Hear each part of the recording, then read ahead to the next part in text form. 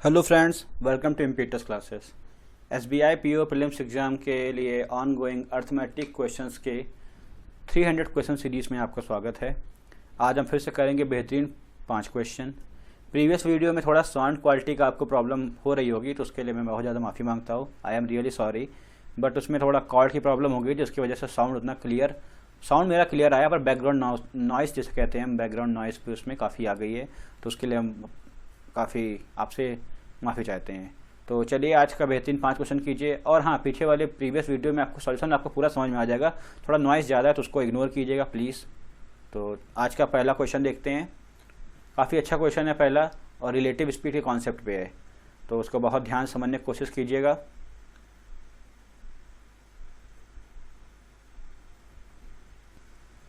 तो क्वेश्चन है, the driver of N ambulance sees a college बस 40 मीटर अहेड ऑफ हिम। देखिए भाई, पहले एक एम्बुलेंस थी, ये एम्बुलेंस को चला रहा होगा, इसने देखा कि उसके आगे 40 मीटर पर एक कॉलेज बस है। क्या है? कॉलेज बस है। फिर क्या हुआ? आफ्टर 20 सेकेंड बाद द कॉलेज बस इज 60 मीटर्स बिहाइंड।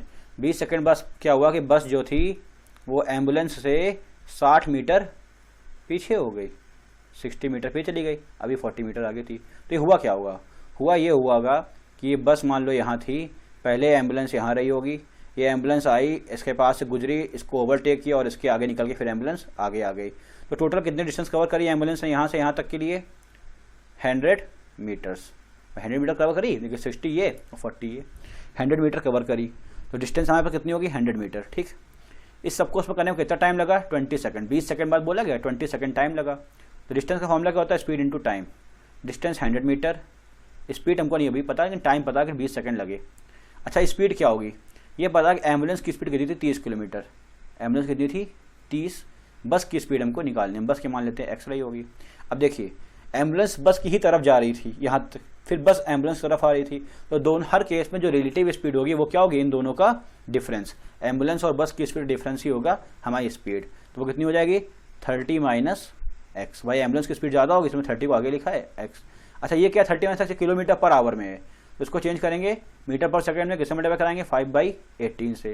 और जब आप इस इक्वेशन को सॉल्व करेंगे तो एक्स की वैल्यू आपको जो मिलेगी वो होगी 12 किलोमीटर पर आवर।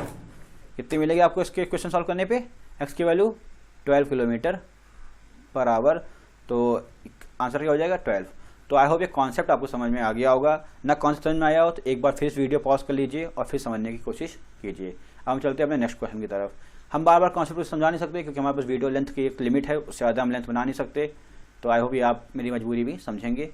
तो चलते हैं नेक्स्ट क्वेश्चन की तरफ। The average age of a group of persons going to tour for Shimla is 22 साल। भाई कुछ n पर्सनस मान लेते हैं, अगर हम n पर्सनस मानते हैं तो इनकी एवरेज कितनी थी? 22 साल। 25 न्यू पर्सनस आ गए जिनकी एवरेज एज कितनी है? 10 ईयर्स। इन्होंने ग्रुप को ज्वाइन किया और अब एवरेज एज कितनी होगी? 12 ईयर्स। मतलब मीन एज कितनी होगी? 12। जो नए बंदे हैं उनकी एज कितनी है? 10 है। ऊपर उनकी क्वांटिटी दी गई, वो कितने हैं? 25 पर्सनस हैं। ये कितने हैं? n person. को पता नहीं ना, तो n पर्सन ये है, 25 पर्सन ये है।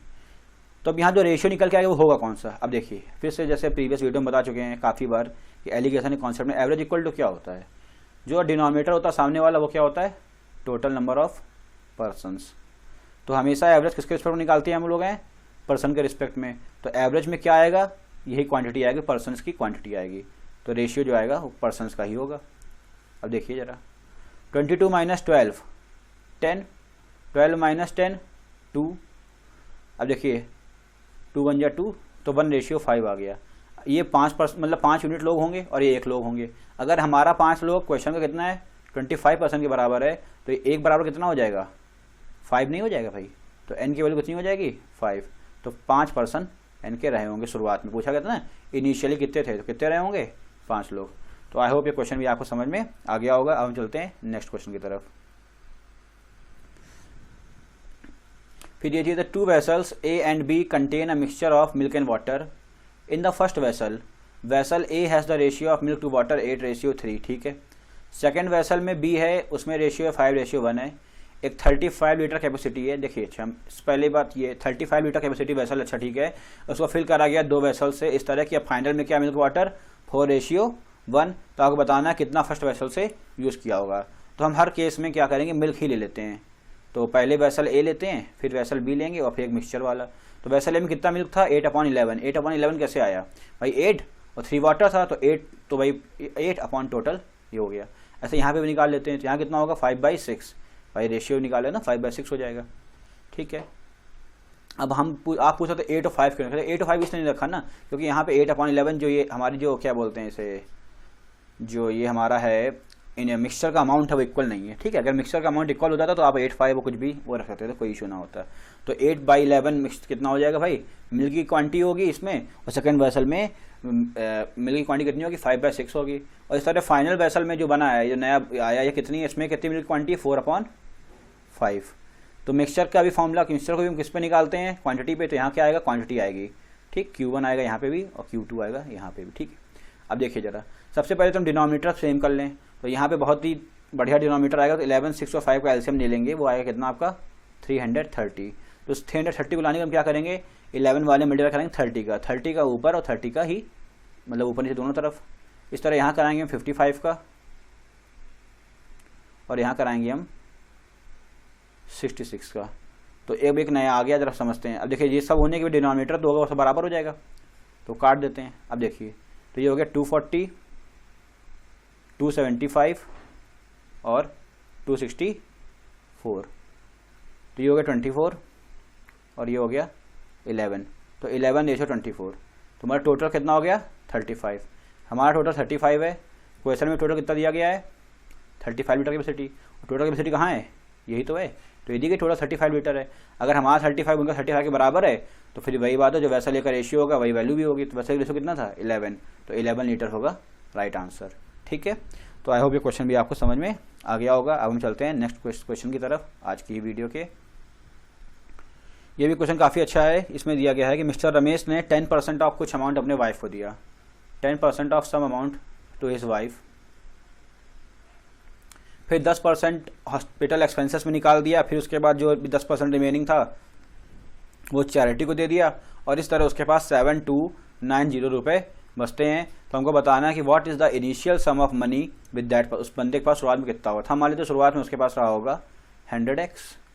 इसने 10% अपनी वाइफ को दिया, तो -10 चला गया वाइफ के पास। वैसे x मानने की आवश्यकता नहीं, इसमें x नहीं मानते हैं, इसको ऐसे ही कर लेते हैं। फिर है तो कितना बच गया 90। फिर 10% उसने दे दिया हॉस्पिटल एक्सपेंसेस को, तो फिर कितना 10% कितना होगा 90 का 9। तो किसके पास गया ये हॉस्पिटल के पास। अब कितना बचा 81। फिर उसके बाद 10% चैरिटी को दिया, तो कितना दिया 10% दे दिया। भाई जगह परसेंट लिखा है, ध्यान दीजिएगा, किसको दिया है चैरिटी को। और अब उसके पास बचे हैं, कितने बचे हैं 7290। तो बचा कितना होगा भाई 81 का अगर 10% दे दिया तो 90% बचा होगा। तो 81 का 90% वही कितने के बराबर है, वही है 7290 के बराबर। आपको बताना है इनिशियल सम कितना था, आपको 100 की वैल्यू बतानी है। तो आप बस कर लीजिए इसको। तो 1 की वैल्यू कितनी हो जाएगी, 1 की वैल्यू हो जाएगी 7290 इंटू 100 अपॉन 81 इंटू 90। तो ये 0 0 कट गया, 81 9 से ये 10 टाइम्स कट जाएगा। ठीक है, तो 10 इंटू 10 100, मतलब 1 बराबर 100।